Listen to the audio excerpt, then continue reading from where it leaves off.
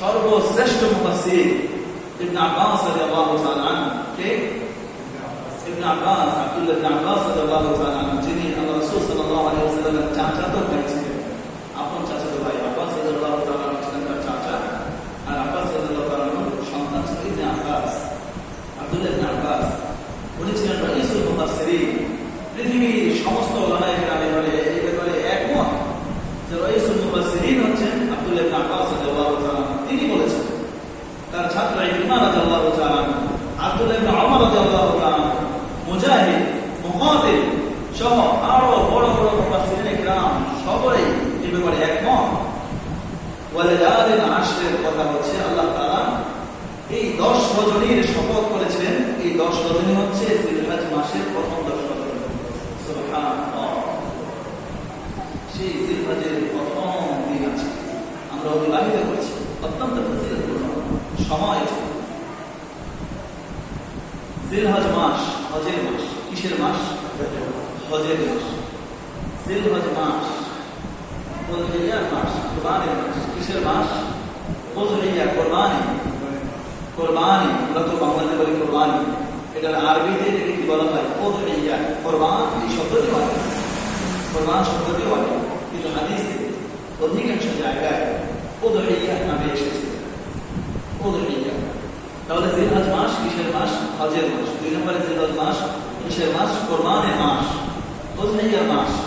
3 নম্বরে জিলহজ মাস ইবাদতের মাস, আমলের মাস। এই মাসে এমন 10টি রজনী রয়েছে, এমন 10টি দিবস রয়েছে যেটা অত্যন্ত গুরুত্বপূর্ণ। আল্লাহ তাআলা পবিত্র কোরআনে সুস্পষ্টভাবে উল্লেখ করেছেন।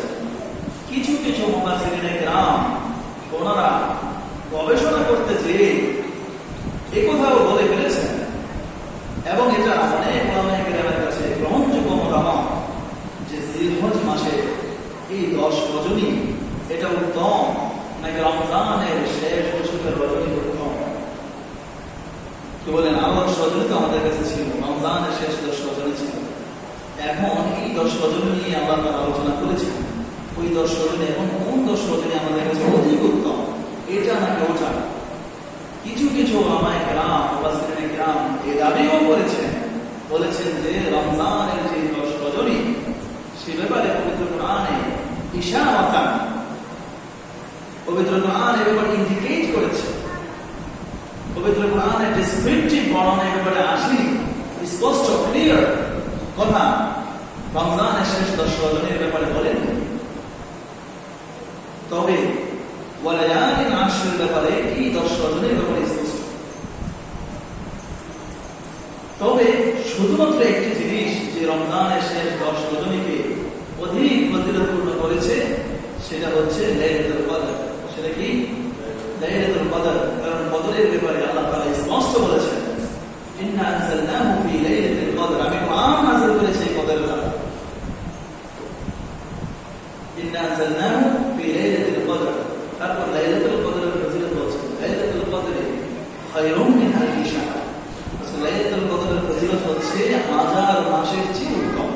তাহলে এখানে আর কোনো কথা থাকে না। এই জন্য মুফাসসিরিন কেরাম বলছেন যে শুধুমাত্র লাইলাতুল কদরের কারণে রমজানের শেষ 10 রজনী এই 10 রজনী থেকে অধিক উত্তম হয়ে গিয়েছে। যদি লাইলাতুল কদর সেই 10 রজনীতে না থাকতো তাহলে জিলহিজ্জার এই 10 রজনী অধিক উত্তম হতো। এই কথা বলার কি উদ্দেশ্য আছে? এই কথা বলে এদিকে ইন্ডিকেট করার উদ্দেশ্য, এটা বোঝানোর উদ্দেশ্য যে এই 10 রজনী কত ফজিলতপূর্ণ। সুবহানাল্লাহ। বছরের অন্যান্য সময়ের তুলনায় এই 10 রজনীর একটা এক্সট্রা পাওয়ার রয়েছে, একটা এক্সট্রা ভার্চু রয়েছে, অধিক ফজিলত রয়েছে। সেই দিবসগুলো আমরা পার করছি। আল্লাহ তাআলা আমাদেরকে এই দিবসে ফাজায়েল মাসায়েল জেনে সে অনুযায়ী অধিক পরিমাণে আমল করার তৌফিক দান করুন। সকলে বলুন আমিন। ইনশাআল্লাহ আজকের আলোচনায় আমরা 3টি টপিকের বললাম যে জিলহজ মাস 3টি বিষয়ের কারণে ফজিলতপূর্ণ। 1 নম্বর হজ, 2 নম্বর হলো মুসলিয়া কুরবানি, 3 নম্বর হচ্ছে এই 10 রজনীর কারণে, এই 10টি দিনের কারণে অধিক ফজিলতপূর্ণ। এই 3টে পয়েন্টের 2টি নিয়ে আমরা আজকে আলোচনা করব।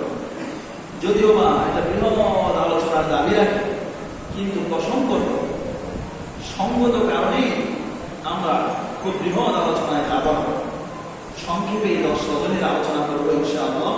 আর হজের ব্যাপারে, হজের মাসায়েল, হজের আহকাম, বিধানাবলী, কি কি করলে হজ আদায় হবে, কি কি করলে আদায় হবে না, হজের ফারায়েজ কি, আরকান কি, কোনগুলি হজের মধ্যে করা ফরজ, কোনগুলি রকম, মিকাত কি, তাওয়াফ কাকে বলে, তাওয়াফুল বিদা কাকে বলে, এই সমস্ত যে বিষয়গুলো আছে, টার্মসগুলো আছে, হজের যে টার্মসগুলো আছে, পরিভাষাগুলো আছে, ইসলাহগুলো আছে, সেগুলো নিয়ে আমরা আলোচনা করব না। কারণ অধিকাংশ জায়গায় তো সেগুলো নিয়ে আলোচনা হয়, তাই না?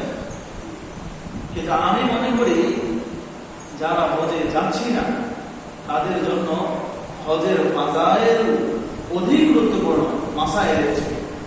হজের মাসায়েল অর্থাৎ কি করলে হজ আদায় হবে, কি করলে হজ আদায় হবে না, হজের ফরজ কি কি, ওয়াজিব কি কি, কি করলে দম ওয়াজিব হয়, মিকাত কাকে বলে, আরাফায় অবস্থান কি, তারপর যুলহুলাইফা কাকে বলে, এই সমস্ত যে বিধানগুলো, দম কাকে বলে, কখন দিতে পারে, এই বিধানগুলো আপনারা জানার চেয়ে আপনাদের অধিক প্রয়োজন হজ আদায় করার প্রতি আগ্রহী হওয়ার জন্য হজের ফাজায়েল জানা।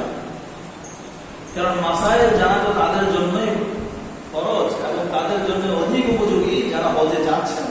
আর যারা হজে যাচ্ছেন তাদের জন্য কি হয়, হজের ট্রেনিং হয় না, বলেন, হজের ট্রেনিং এর ব্যবস্থা আছে। তাহলে এই এখন তো আমরা প্রসঙ্গ বুঝতে পেরেছি কেন আমরা এখানে হজের মাসায়েল আলোচনা করবো না, যে হজের মাসায়েল, হজের বিধানাবলী আমরা এখানে আলোচনা করবো না এই জন্য যে আমরা কি এখান থেকে কেউ হজে যাচ্ছি, যারা হাজিরা হজে গিয়েছেন তারা অলরেডি চলে গিয়েছে। কারণ জিলহিজ্জার প্রথম দিবস থেকে তাদের আমল শুরু, হজের আমল শুরু হয়ে গিয়েছে। তো নতুন করে আমরা এখান থেকে কেউ আর হজে যাবো না। আর যারা হজে যাবেন তাদেরকে মাসালা জানানোর জন্য, হজ কি করলে আদায় হয়, কি করলে ভেঙে যায়, কি করলে দম ওয়াজিব হয়, কোনটা কখন করতে হয়, কিভাবে করতে হয়, সেটা জানানোর জন্য তাদের জন্য বিশাল ট্রেনিং এর ব্যবস্থা আছে। এটা তো সবাই জানি আমরা এখন, যে হজ কাফেলা থেকে ট্রেনিং এর ব্যবস্থা করা হয়, তারপর বিভিন্ন জায়গায় হজের ট্রেনিং এর ব্যবস্থা করা হয়, সর্বশেষ হাজি ক্যাম্পে যাওয়ার পরে আবার তাদের ট্রেনিং এর ব্যবস্থা করা হয়। আবার দেখা যায় পবিত্র মক্কায় যাওয়ার পরে সেখানে প্রতিটি আমলের আগে যিনি মুআল্লিম সাহেব থাকেন তিনি আবার সেগুলো প্র্যাকটিস করিয়ে দেন। এতবার হজের মাসায়েল আলোচনা হওয়ার পরে আমাদের মিম্বরে হজের মাসালা আলোচনা করা তার চেয়ে বেশি গুরুত্বপূর্ণ আমাদের জন্য হজের মাসায়েল জানা, হজের কি উপকারিতা, যেন আমরা সকলেই হজের প্রতি আগ্রহী হই এবং নিয়ত করি যেন আগামী বছর আমাদের যাদের তৌফিক আছে ইনশাআল্লাহ হজের জন্য রেজিস্ট্রি করে ফেলবো, যেন আগামী বছর আমি হজে যেতে পারি, যেন অন্তত পক্ষে মৃত্যুর আগে আগে হলেও যেন আমি আমার হজটা আদায় করে যেতে পারি। আল্লাহ তাআলা আমাদের সবাইকে তৌফিক দান করুন, সবাই বলুন আমিন। ভাইরা আমার, একেবারে সংক্ষেপে মাত্র 3টি শব্দে আমি হজের ফাজায়েল করব। কয়টি? মাত্র 3টি বাক্যের মধ্যে সামাইজ করে নিয়ে এসেছে হজের ফাজায়েল। দেখুন, আল্লাহ তাআলা পবিত্র কোরআনের সূরাতুল হজ, হজের নামে একটি সূরা আল্লাহ তাআলা নাযিল করেছেন, পুরো একটি সূরা, পুরো একটি অধ্যায়, কোরআনের পুরো একটি চ্যাপ্টার আল্লাহ তাআলা নাযিল করেছেন হজের নামে। যে সূরার নাম কি? সূরাতুল হজ। সূরাতুল হজ, সূরাতুল হজ নামে আল্লাহ একটি সূরা নাযিল করেছেন। সেই সূরা 28 নম্বর আয়াতে আল্লাহ তাআলা বলেছেন, আল্লাহ তাআলা 28 নম্বর আয়াতে 27 নম্বর আয়াতে আল্লাহ তাআলা ইব্রাহিম আলাইহিস সালামকে বলেছেন, ওয়া'আদ্দিন ফিন নাস বিল হজ, হে নবী ইব্রাহিম আপনি ঘোষণা করে দিন। বাইতুল্লাহ নির্মাণের পরে আল্লাহ তাআলাকে আদেশ করলেন যে আপনি হজের আযান, হজের ঘোষণা করে দিন। ফিন নাস, লোক সকলের মাঝে আপনি হজের ঘোষণা করে দিন। ইয়াতুকা রিজালা ওয়া আলা কুল্লি দামির ইয়াতুনা মিন কুল্লি ফাজ্জিন আমিন, আপনি হজের ঘোষণা করেন। ইব্রাহিম আলাইহিস সালাম বললেন, হে আল্লাহ, আমি তো ঘর নির্মাণ করেছি, এটা তো জনমানবহীন প্রান্তর, তখন তো সেখানে কোনো মানুষ ছিল না, এটা পরিত্যক্ত জায়গা ছিল। আল্লাহ তাআলা ইব্রাহিম আলাইহিস সালামকে সিরিয়া থেকে হিজরত করিয়ে মক্কায় নিয়ে এসেছেন, ওই জায়গায় বাক্কা, ওখানে এনে আল্লাহ তাআলা বলেছেন যে আল্লাহর আদেশে সেই যে কাবা ঘরের যে জায়গা প্রথম স্থাপন করেছিলেন হযরত আদম আলাইহিস সালাম, যে ঘর নির্মাণ করেছিলেন, পরবর্তীতে নূহ আলাইহিস সালামের সময় সেই ঘর আবার ধ্বংস হয়ে গিয়েছিল। আল্লাহ তাআলা ইব্রাহিম আলাইহিস সালামকে এখানে এনে সেটা নির্মাণের আদেশ দিলেন। ইব্রাহিম আলাইহিস সালাম এবং ইসমাঈল আলাইহিস সালাম দুইজন মিলে সেটাকে নির্মাণ করলেন। অনেক দীর্ঘ ঘটনা, আপনারা সবাই জানেন। জীবন জীবনে হয়তো বহুবার এই গল্প শুনেছেন, এই ঘটনা শুনেছেন, এই তাফসীর শুনেছেন, সেজন্য আমি খুব সংক্ষেপে এটাকে বলে যাচ্ছি, লম্বা বিস্তারিত ঘটনার দিকে যাচ্ছি না। যেহেতু ঘটনার চেয়ে আরো অধিক গুরুত্বপূর্ণ বিষয় রয়ে গেছে, যেটা আমাদের জীবনে দৈনন্দিন জীবনের সাথে প্রাসঙ্গিক, দৈনন্দিন জীবনে যেটা আরো প্রয়োজন, সেগুলো নিয়ে সাথে আলোচনা করবো। এই জন্য সংক্ষেপে আমি গল্পটা বলে যাচ্ছি, ঘটনাটা বলে যাচ্ছি। দুইজনকে দিয়ে, ছেলে এবং পিতাকে দিয়ে আল্লাহ তাআলা ঘর নির্মাণ করলেন। নির্মাণের পরে এখানে মাত্র 3 জন, ইসমাইল আলাইহিস সালামের মা, ইব্রাহিম আলাইহিস সালাম আর ইসমাইল আলাইহিস সালাম, ওনারা 3 জনই আছেন, আর কোনো মানুষ নাই। পুরো প্রান্ত জনমানবহীন, গাছপালা রয়েছে, জঙ্গল, এমন অনাবাদী জায়গা।